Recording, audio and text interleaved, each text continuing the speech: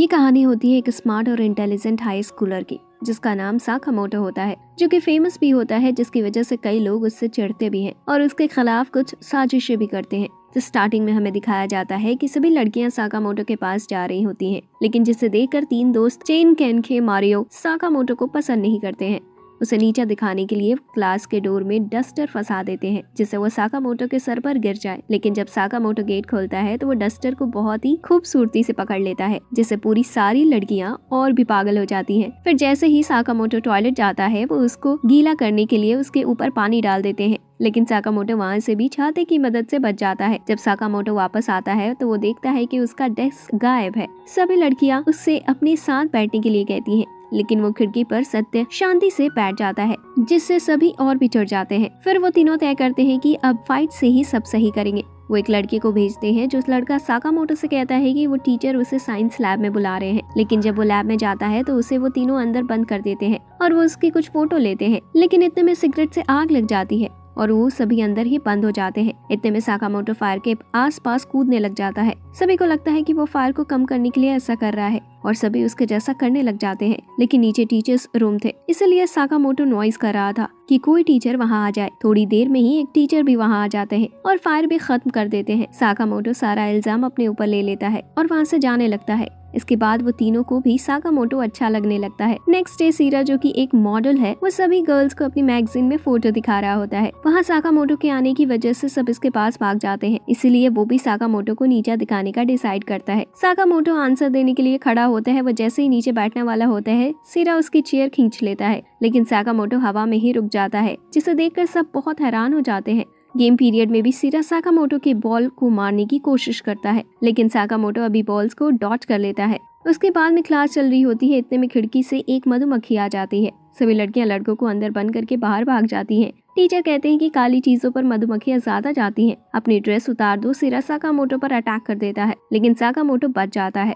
फिर मधुमक्खी जैसे ही सीरा पर अटैक करने जा रही होती है, साकामोटो उसे बचा लेता है और मधुमक्खी को वहाँ से भगा देता है। कुछ देर बाद साकामोटो देखता है कि कुबोटा किसी को पैसे दे रहा है प्रोटेक्शन के लिए। जब साकामोटो उसके पास जाता है, कुबोटा उससे पैसों के लिए हेल्प मांगता है। फिर साकामोटो उसके साथ एक रेस्टोरेंट में जॉब पर लग जाते हैं।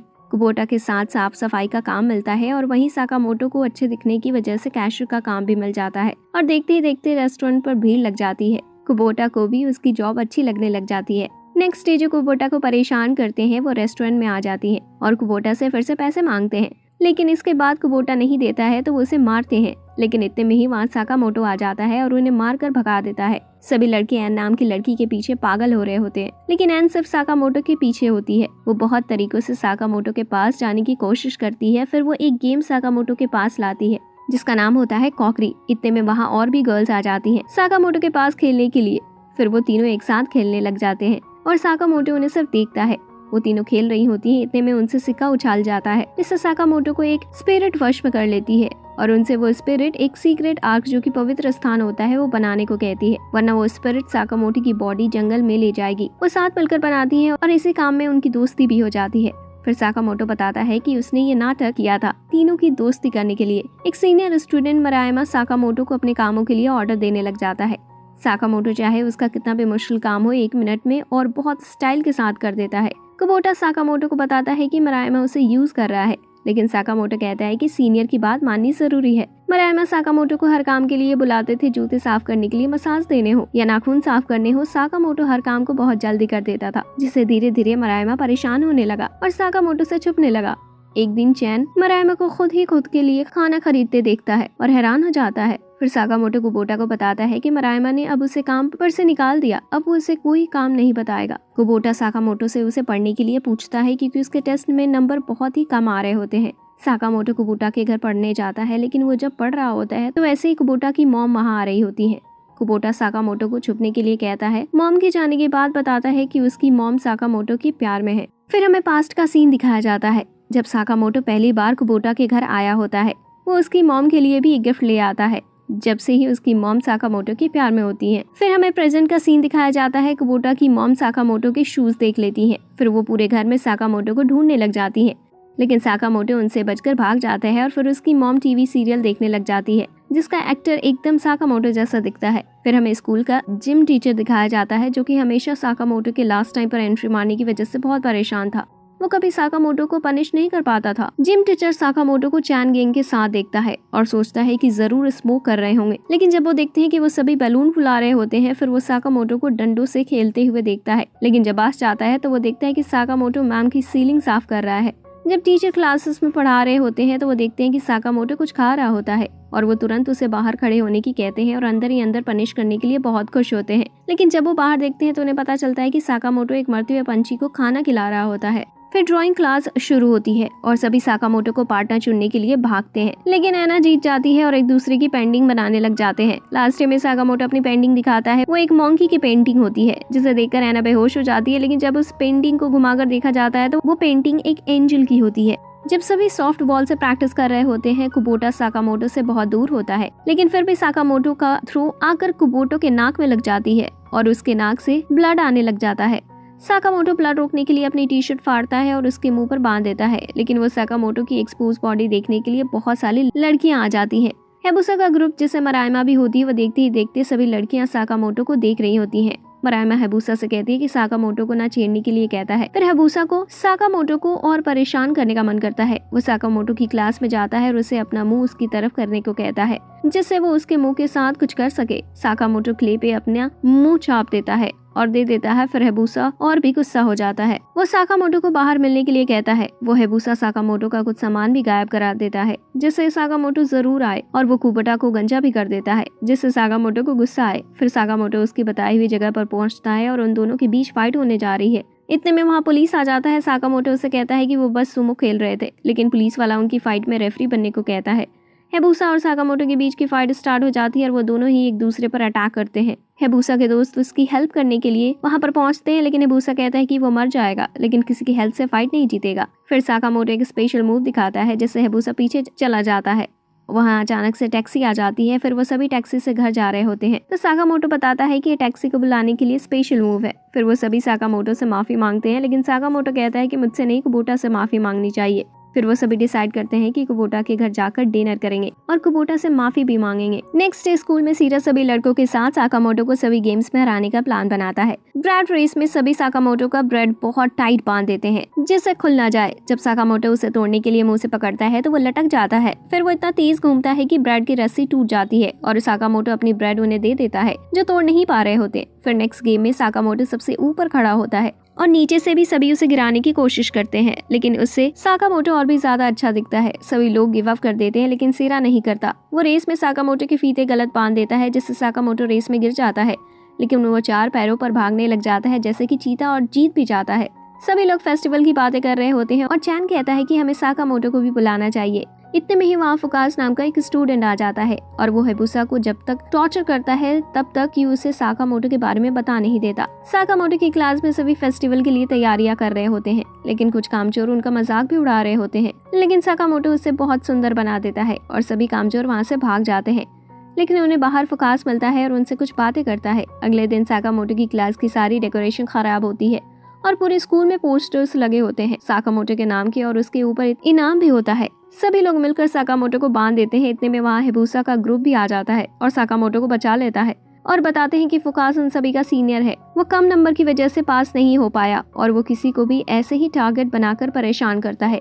साकामोटो क्लास में आता है और वो कामचोर सभी को वापस साकामोटो के खिलाफ कर देते हैं।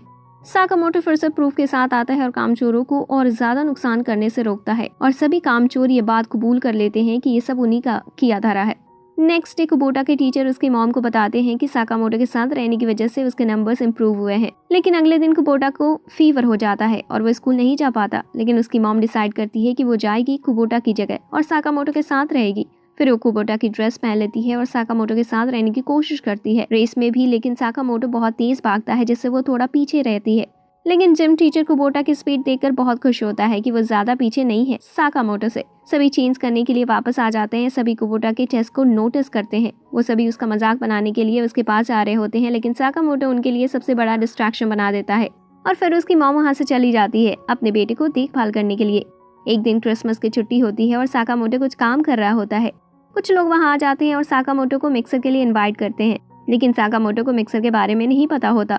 फिर वो उसे बताते हैं कि कुछ लोग आपस में मिलकर बातचीत मस्ती करते हैं। साकामोटो मान जाता है और इसके साथ चला जाता है। वहाँ सभी कॉलेज स्टूडेंट होते हैं। वहाँ अकेला साकामोटो ही स्कूल के ड्रेस में होता है। फिर उसके साथ वाले बोल देते हैं कि ये एक फांसी ड्रेस में आ रहा है, इसलिए इसने स्कूल ड्रेस पहनी है। फिर सभी अपने अपने फ्यूचर के ड्रीम के बारे में बताने लगते हैं। साकामोटो बताता है कि उसे नासा में काम करना है। सभी लेडीज का सारा ध्यान साकामोटो के ऊपर जा रहा होता है, तो वो साकामोटो को सबसे ठंडी ड्रिंक पिलाती हैं और गाना गाने को कहते हैं, जिससे गाना नहीं गा पाएगा और उसकी बेइज्जती हो जाएगी। लेकिन साकामोटो एक क्लासिकल सॉन्ग चुनता है और इतना अच्छा गाता है कि साथ वाले रूम से भी वहाँ लड़कियां आ जाती हैं और इतना ज्यादा भीड़ होने की वजह से साकामोटो वहाँ से चला जाता है। लेकिन उसके जाने के बाद भी लड़कियां उसका पीछा करती हैं। अगले दिन हिबुसा साकामोटो के पास आता है और उसे फ्रेंच लोगों की तरह खाना खाने को सीखने की कहता है, लेकिन साकामोटो मना कर देता है। इतनी जल्दी ऐसे सीखना नामुमकिन है। फिर वो एक प्लान की मदद से आते हैं। साकामोटो हिबुसा की जैकेट के अंदर होता है और अंदर से तारों की मदद से उसे लिख रहा होता है। जब वो बाहर आते हैं तो देखते हैं कि हिबुसा के फादर की डेट खराब हो सकती है कुछ झगड़े करने वाले लोगों की वजह से। फिर साकामोटो और हिबुसा पोजीशन शिफ्ट कर लेते हैं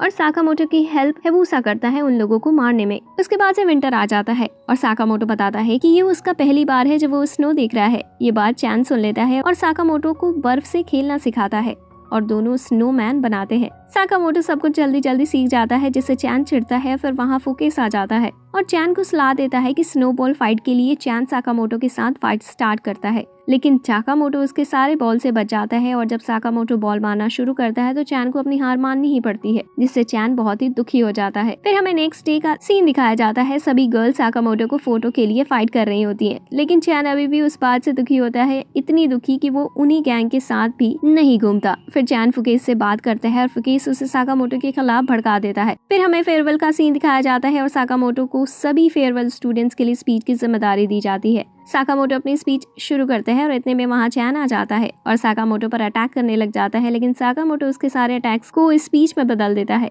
चैन बैल्कनी से गिरने ही वाला होता है, लेकिन साकामोटो उसे पकड़ लेता है। चैन साकामोटो के हाथों पर बैट से मारने लग जाता है, लेकिन सभी को लगता है कि ये सब स्पीच का ही पार्ट था, तो सभी खुश होकर तालियां बजाने लगते हैं। हिबुसा फुकेस से आमना सामना करता है और साकामोटो फाइट से अच्छा आइडिया देता है। वो सभी फुकेस के लिए एक बहुत ही एक्ट करते हैं। पूरी क्लास फेयरवेल की सेलिब्रेशन में साकामोटो के मुंह पर मारने की सोचते हैं और उसे नासा प्रोजेक्ट के बहाने से बुलाते हैं, लेकिन साकामोटो सभी के अटैक से बच जाता है और फिर एक पाए अपने ऊपर ही खुद मार लेता है और यही इस एनिमे का द एंड हो जाता है। तो वीडियो कैसा लगा हमें कमेंट बॉक्स में जरूर बताइएगा। साथ ही वीडियो को लाइक कीजिए और जो लोग नए हैं चैनल पर तो चैनल को सब्सक्राइब करें।